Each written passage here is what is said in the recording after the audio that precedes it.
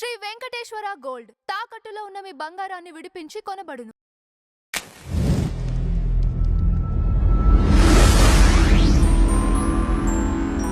Sir నమస్కారం. నమస్తే. తమిళనాట ఎన్నికలు పూర్తయినాయి. ఎప్పుడూ లేనంత విధంగా 85% అబోవ్ పోలింగ్ నమోదైంది అనేది తెలుస్తుంది. ఎందువల్ల సార్? అంటే టీవీకే పార్టీతో విజయ్ రావటం అంటారా? లేకపోతే అసలు మీ అనాలిసిస్ ఏంటి? ఎవరు గెలిచే అవకాశం ఉందంటారు? అంటే తమిళనాడులో ప్రస్తుతం ఎన్నికల చిత్రం చూస్తే విజయ్ ఉన్నాడు. అయితే విజయ్కి కొంత యూత్ ఇది ఉంది, ఓకే. యూత్ కనెక్టివిటీ ఉంది. కొత్తగా ఓటర్లుగా నమోదైన వాళ్ళు ఉమ్, విజయ్ వైపు మూవ్ అయినట్లుగానే కనిపిస్తోంది. ఉమ్, తను అంటే అసలు ఖాతా తెరుస్తాడా తెరవడా అనే సందేహం నుంచి ప్రస్తుతం పర్వాలేదు, ఒక గౌరవప్రదమైన అంటే 8 నుంచి 9 స్థానాల వరకు గెలిచే అవకాశం ఉంది అని అంటున్నారు కాన్షియస్గా, ఓకే. క్రిటికల్గా. అయితే తనే గెలిచి అధికారంలోకి వచ్చేస్తాడని మాట్లాడుతున్న వాళ్ళు కూడా ఉన్నారు. ఉమ్, కానీ అంత ఈజీగా లేదు అక్కడ. మహిళల ఓట్లు కూడా విజయ్ పార్టీకే వెళ్ళినాయనే అంచనాలు కూడా కడుతున్నారు చాలా వరకు, తను ఇచ్చిన ఎన్నికల హామీలు కానీ ఇవన్నీ. అయితే విజయ్ కత్తే, కానీ ఎవరి చేతిలో కత్తి అనేది ఒక చర్చ జరుగుతూ వచ్చింది. ఓకే. ఆయన బీజేపీ చేతిలో కత్తి అంటే ద్రవిడ ఓట్ బ్యాంకుని చేల్చడం ద్వారా డిఎంకేని వీక్ చేయటం కోసం బీజేపీ ఇతన్ని ప్రయోగించింది అనే ఒక అభిప్రాయం చాలామంది ప్రకటించారు. ఉమ్, కానీ క్రమంగా అతను ప్రభుత్వ వ్యతిరేక ఓటుని అవతల వాళ్ళు చీలుస్తున్నారు. అలాగూ ప్రభుత్వ వ్యతిరేక ఓటుని చీల్చటం ద్వారా డిఎంకేని తిరిగి గెలిపించే ప్రయత్నం చేస్తున్నాడా అంటే డిఎంకే చేతిలో కత్తి అనేది ఇంకొక వెర్షన్ ఉంది. ఉమ్, కత్తి అనే పేరుతో ఆయన ఒక సినిమా చేస్తున్నాడు గతంలో. అవును. దాన్నే ఖైదీ నెంబర్ 150 పేరుతో చిరంజీవి గారు రీమేక్ చేశాడు తెలుగులో. ఉమ్, ఆయన కత్తే, కానీ బీజేపీ చేతిలో కత్తే డిఎంకే చేతిలో కత్తే అని ఓ చర్చ జరిగింది. అయితే నిన్న జరిగిన ఓటింగ్ సరళి ప్రకారం ఆయన డిఎంకే చేతిలో కత్తిగానే కనిపిస్తున్నాడు. ఓకే. ఓకే. విజయ్ ప్రభుత్వ వ్యతిరేక ఓటుని బలంగానే చీల్చాడు అనేది అనిపిస్తోంది.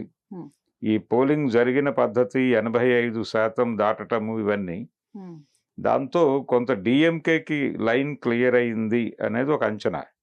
స్టాలిన్ మళ్ళీ ముఖ్యమంత్రిగా ప్రమాణ స్వీకారం చేసే అవకాశాలు అయితే కనిపిస్తున్నాయి. ఉమ్, కారణం ఆపోజిట్లో ఎవరు బలమైనటువంటి ప్రత్యర్థులు లేరు విజయ్ తప్ప. ఉమ్, విజయ్కి టైం లేకుండా పోయింది. తను పార్టీ పెట్టిన తర్వాత రకరకాలుగా కార్నర్ చేశారు అతన్ని. ఉమ్, బీజేపీయే కార్నర్ చేసింది ఒక రకంగా. ఈ కార్నర్ చేయటము, గందరగోళపరచటము, దానిలో కొంత ఎంగేజ్ అయిపోయి ఆయన మెయిన్ స్ట్రీమ్ దీని మీద కాన్సన్ట్రేట్ చేయలేకపోయాడు. ఓకే. అలా కాకుండా అభ్యర్థుల ఎంపిక దగ్గర నుంచి గందరగోళం నడిచింది టీవీకే పార్టీలో. ఉమ్, అందుకని నెక్స్ట్ ఎలక్షన్లో ఆయన ప్రభావం చూపిస్తాడు గట్టిగానే. ఓకే. ఈ ఎన్నికల వరకు అయితే ఆయన అధికారంలోకి వస్తాడు అని అంచనాలు కడుతున్న వాళ్ళు ఉన్నారు, కానీ అది అంత ఈజీ కాదు. విజయ్ తప్ప ఇంకెవరూ లేరు అక్కడ అవతల వైపు. ఏడీఎంకే నుంచి ఒక బలమైన ముఖం కూడా కనిపించలేదు. ఉమ్, బీజేపీ వాళ్ళ వెనకాలండి నడిపిస్తోంది అనేది అందరికీ అర్థమైపోయింది. ద్రవిడ ఓట్ బ్యాంకు కొంత ఏడీఎంకే నుంచి కూడా బయటకు వచ్చేసి విజయ్ పార్టీతో కలిసింది. రైట్. అందుకని ఇదంతా, ఈ పరిణామాలన్నీ టోటల్గా డిఎంకేకి ఉపయోగపడే పద్ధతిలోనే ఉంది, కనిపిస్తోంది. ఓకే. సో స్టాలిన్ మరొకసారి తమిళనాడు ముఖ్యమంత్రి పీఠం ఎక్కే ఛాన్స్ అయితే బలంగా కనిపిస్తోంది. విజయ్ బహుశా డిఎంకేతో, అంటే ఆయన మొదటి నుంచి డిఎంకేని బీజేపీని ఈ రెండింటినీ వ్యతిరేకిస్తున్నాను, నేను రెండు పార్టీలకి సమాన దూరంలో ఉంటానని చెప్తూ వస్తున్నాడు. అవును. ఎన్నికల తర్వాత ఏదైనా కలుస్తారా, ప్రభుత్వంలో చేరటం, ఇలాంటి కార్యక్రమాలు ఏమైనా ఉంటాయి అనేది ఒక క్యూరియాసిటీ ఉంది. ఉమ్, ఏదైనా రిజల్ట్స్ వచ్చే వరకు వెయిట్ చేయటం తప్పదు. ఎవరి అంచనాలు వాళ్ళు కడుతున్నారు. ఏడీఎంకే అయితే వచ్చే పరిస్థితి కనిపించడం లేదు కనుచూపు మేర.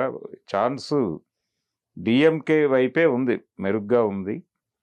సో డిఎంకేకి వెళ్ళిపోతుంది ఈసారి తమిళనాడు మళ్ళీ. ఓకే. అట్లనే విజయ్ 2 స్థానాల్లో పోటీ చేయటం జరిగింది అవును. సార్. అతను గెలిచే అవకాశం ఉందంటారా? డెఫినెట్గా ఒక చోట తిరుచుటి నుంచి అయితే గెలిచే అవకాశం ఉందండి బలంగానే. ఓకే. రెండో చోట కూడా గెలిస్తే గెలవచ్చు, చెప్పలేం. రైట్. అంటే ఈయన చిరంజీవి అవుతాడా, పవన్ కళ్యాణ్ అవుతాడా అనేది చర్చ జరుగుతోంది అక్కడ. అంటే చిరంజీవి అంటే 2009లో ప్రజారాజ్యం పార్టీ పెట్టినప్పుడు Hmm. ఆయన ప్రజారాజ్యం పార్టీ పెట్టడం వల్లనే వైఎస్ రాజశేఖర రెడ్డి రెండోసారి ముఖ్యమంత్రి కాగలిగాడు అనేది ఒక అభిప్రాయం. అంటే ప్రభుత్వ వ్యతిరేక ఓటుని చాలా బలంగా చీల్చేశాడు ఆయన చిరంజీవి. చీల్చడంతో చంద్రబాబు గారు మహాకూటమి ఏర్పాటు చేసిన, అంటే టీఆర్ఎస్ని కూడా కలుపుకుని, కేసీఆర్ని కూడా కలుపుకుని మహాకూటమి పెట్టినప్పటికీ ఓకే. ఆయనకు అధికారం దూరం అయిపోయి మళ్ళీ వైఎస్ గెలిచాడు. ఇక్కడ కూడా దాదాపు అలాంటి రోల్ ప్లే చేస్తున్నాడు విజయ్ అనేది. అంటే చిరంజీవి 2009 ఎన్నికల్లో చిరంజీవి ఏ పాత్ర అయితే పోషించాడో ఆ పాత్రే అని. రెండో వైపు ఆయన మీద ఉన్నటువంటి ఆరోపణ, అంటే మొదట్లో ఆయన మీద డౌట్ ఉండింది చాలామందికి, ఆయన పవన్ కళ్యాణ్గా మారుతున్నాడా తమిళనాడు రాజకీయాల్లో అని. ఓకే. తమిళనాడు రాజకీయాల్లో పవన్ కళ్యాణ్ అంటే బీజేపీకి బి టీమ్గా వ్యవహరిస్తున్నాడా అని. అలా వ్యవహరించడం ద్వారా ద్రవిడ ఓట్ బ్యాంకులో చీలికలు తీసుకొస్తాడు, డిఎంకేని దెబ్బ కొట్టడం అనే కార్యక్రమంలో బీజేపీ ఇతన్ని ముందుకు తీసుకొచ్చింది. కొంత ఏడీఎంకే చీలుస్తుంది, కొంత ఓట్ బ్యాంకుని, ద్రవిడ ఓట్ బ్యాంకుని విజయ్ చీలుస్తాడు. ఎలాగూ వాళ్ళ సాంప్రదాయ ఓట్లు ఉన్నాయి కాబట్టి బీజేపీ ఈజీగానే ఈసారి స్టాలిన్ని బయటకు పంపించేస్తుంది అని అంచనాలు కట్టారు చాలామంది. అలా జరిగితే ఒకవేళ ఆయన పవన్ కళ్యాణ్ అయి ఉండేవాడు. కానీ ప్రస్తుతం సీన్ చూస్తే ఆయన చిరంజీవి అయ్యేలాగానే ఉన్నాడు.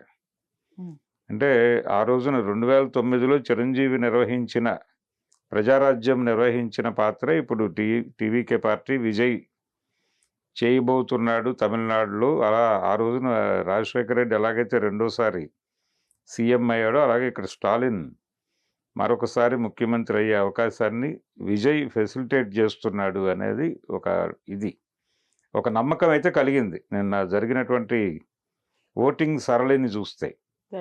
రిజల్ట్స్ వచ్చిన తర్వాత ఎలా ఉంటుంది, ఇప్పుడు నేను చెప్పినవి తిరగబడవచ్చు, ఏదైనా జరగచ్చు. విజయ్ ఏదైనా మిరకిల్ జరిగితే ఆయన ముఖ్యమంత్రి కూడా కావచ్చు. Right sir. Thank you so much. Thank you.